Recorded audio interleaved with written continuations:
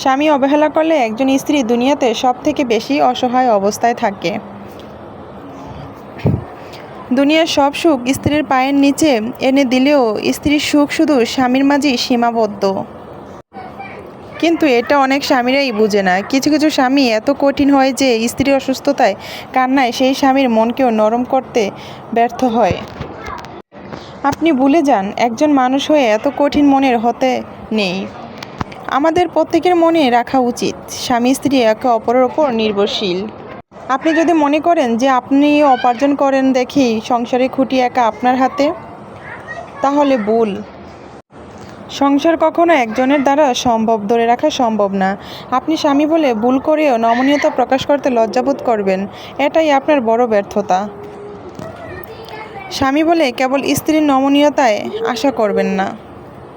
ইসলামে স্বামীকে ছোট করার হক স্ত্রী যেমন দেওয়া হয়নি, ঠিক তেমনি স্ত্রীকে ছোট করার হক স্বামীকে দেওয়া হয়নি। মুরব্বীদের মুখ থেকে শুনেছি, স্ত্রী হচ্ছে নরম মাটির মতো, যা নরম থাকা অবস্থায় স্বামী নিজের মন মতো গড়ে তুলতে পারে, যে কোনো আকারে। মাটি একবার শক্ত হয়ে গেলে সেই পাত্র আর স্বামী মনের মতো আকার গড়ে তুলতে পারে না। মনের মতো আকার তৈরি করতে হয় ভালোবাসা দিয়ে।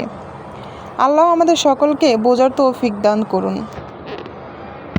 আসসালামু আলাইকুম। কী অবস্থা সবার? কেমন আছেন আপনারা সবাই? আশা করি ভালো আছেন। আলহামদুলিল্লাহ, আমি অনেক ভালো আছি। আজকে আমি ডেকি শাক রান্না করব, আর কিভাবে রান্না করব সেটা অবশ্যই তোমাদের সাথে শেয়ার করছি। প্রথমে আমি ডেকি শাকের শক্ত অংশটাকে আমি কেটে ফেলে দিলাম, নরম অংশটুকু নিয়ে নিলাম। আর ডেকি শাক তোমরা নিশ্চয়ই চিনো, অবশ্যই, কারণ ডেকি শাক এমন মানুষ আছে যে যাদের অনেক বেশি পছন্দের, যেটা আমি আগে পছন্দ করতাম না, কিন্তু এখন আমার কাছে সবচেয়ে বেশি পছন্দের একটা খাবার। আর এটা চিংড়ি মাছ দিয়ে যখন রান্না করি না, সেই হয়, মানে এত বেশি স্বাদের হয়, এত বেশি মজার হয় খেতে, যারা না খেলেই বুঝবেন না। তো আমি সাথে একটু আলু দিয়েছি, কারণ আলুটা দিয়েছি একটু শাকটা হয়ে গেছে একটু তাই একটু দিলে যাতে বাড়ে, এজন্য দিয়েছি।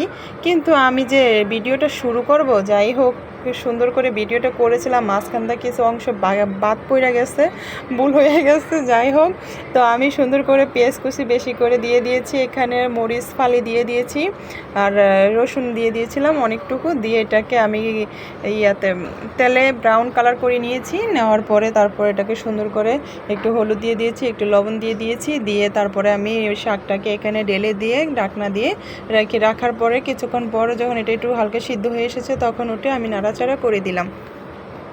মানে এটা উঠে একটু নাড়াচাড়া না করে দিলে তো আবার লেগে গেলে তো তরকারিটা শাকটা বিস্বাদ হয়ে যাবে। তো আমি এই তো যে দেখতে পাচ্ছেন আপনারা যে কীরকম হয়েছে, তো বেশ সুন্দর হয়েছে, খেতেও বাড়ি টেস্টি হয়েছে, ভীষণ মজার হয়েছে। চিংড়ি মাছটা একটু বেশি দিয়েছি, খুব ভালো লাগছে আমার কাছেও। তোমরা একবার ট্রাই করে দেখবে, যারা ডেকে শাক খাও তারা অবশ্যই এভাবে একটু ট্রাই করে দেখবে যে কেমন লাগে, বা যারা না খাও তারাও একটু ট্রাই করে দেখো যে কেমন লাগতে পারে। কারণ ডেকি শাক এটা তো আমি জঙ্গলের লতা পাতাই মনে করতাম, আর এটা এখন আমার কাছে এত পছন্দের একটা খাবার হয়ে গেছে, যেটা আসলে বলার মতোই না। যাই হোক, অবশেষে আমার ফাইনাল লুকটা এই কত সুন্দর হয়েছে দেখো, কার না খেতে মন চাইবে।